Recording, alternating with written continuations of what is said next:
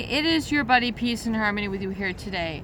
We're zooming in and focusing in on a very important topic, and that is really on the topic of not quitting too soon when it comes to your recovery. Hope I'm in the frame here. I just wanted to do a quick video on really kind of discussing really the idea of sticking power, of staying power, of self-belief and faith, and acknowledging and validating your truth and keeping that with you day in and day out, and not calling quitting time too early when it comes to doing and processing through your feelings. In other words, getting things sorted out, getting the understanding of, now that you know that what you know how this person has either targeted you, mistreated you, caused a rift, a sort of detour for you in your life, and now you're unhappy, but you need to do something about it. Don't quit.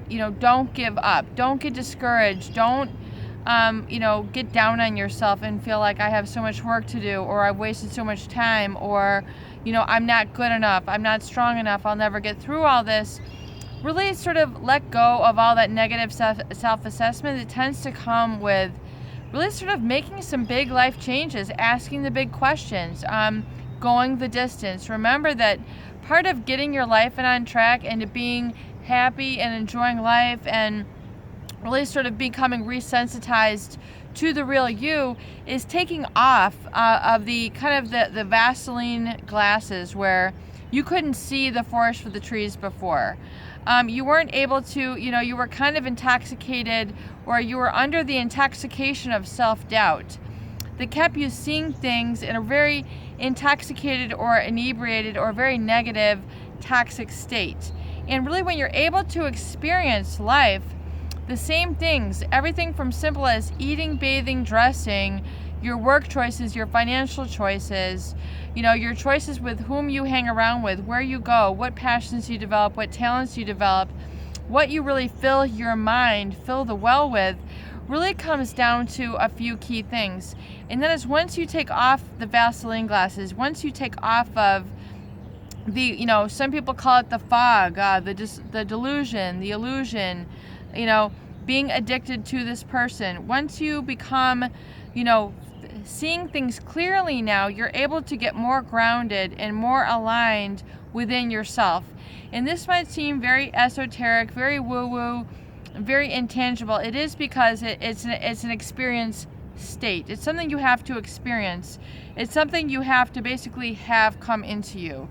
It's basically a quantum field of energy when situations and solutions and people and events and things kind of come together and move in your favor.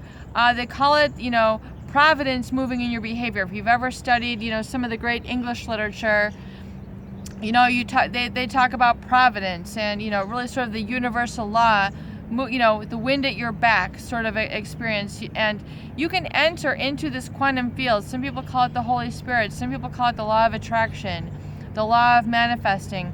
Whatever it is, whatever label you want to put on it, know that it is yours. You just have to claim it. You just have to, little by little, go through the letting go and really keep on your recovery, working the recovery journal, working your recovery dates, working on your affirmations, getting into your meditative state, reading good books, surrounding yourself with good people, places, food, events, and values and mindset, and kind of getting that all percolating together so that you can begin to have the quantum leap, really when things really start to pick up momentum wise for your healing, when your life, finally you get this all of a sudden, all that you've been working on. It's like the sculptor.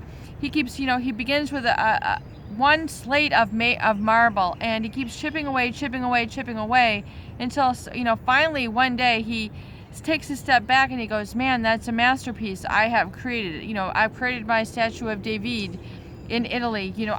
I'm at the Palazzo. Your life is very much the same way, where you have to keep at it each and every day, chiseling away, making your mark, making a little curve here, making a little change here, polishing it up a little bit here, taking a step back in, and really sort of beginning to let that take place on a lifestyle, a healing lifestyle. It's a healing commitment. It's a healing dedication towards really recovering yourself. And it's, we're not talking about a recovery like, from alcoholism or a blackout or, or something of that nature. It's really more of a recovery of your empowerment, of where you realize you have the awakening that life is for your living, and it's really for your living according to the terms with which you then deem fit and then direct from the outside in.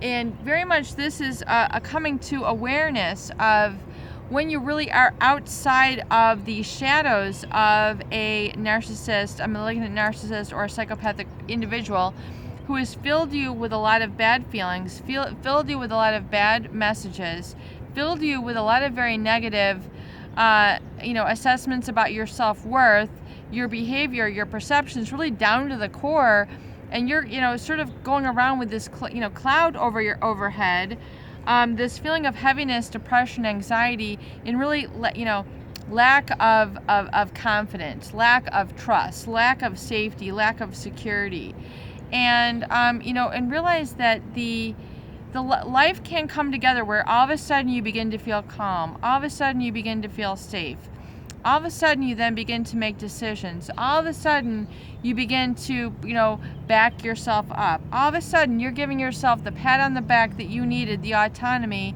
that you needed to be where you need to be, talk to who you need to talk to, feel more positively than you've ever felt before, feeling more blissful, more radiant, more joyful, just to be doing and kind of being free. And it's funny because I have people who come up to me on the street and they say, I have strangers who come up to me and they say, where do you get your energy? And I'm not even doing anything. I'm just standing there. And it's because they're noticing something about me. I don't know what it is, but once you kind of purify your energy, it becomes an energy, I guess, must come out of you that is noticeable positively, positively validated or positively recognized from other people. And I apologize for the lighting here. Hopefully you can see me okay. It looks like there's some sort of light going in that looks like a rainbow somehow across the screen. So it must be like it's just like the sun coming through the trees over there. So I hope you can see me and hear me okay. But I just want to encourage you to keep up the good fight. Stay on the path. Stay clear in your mind. Get rid of the old habits of reactivity, of feeling less than, the habit of feeling disappointed, the habit of feeling depressed, the habit of feeling anxious. A lot of these, once you realize that it's habituated and really sort of hardwired and feeling states, emotions which you have probably rehabituated and revalidated for yourself. I am so depressed. Your self-talk oftentimes keeps you in that stuck state.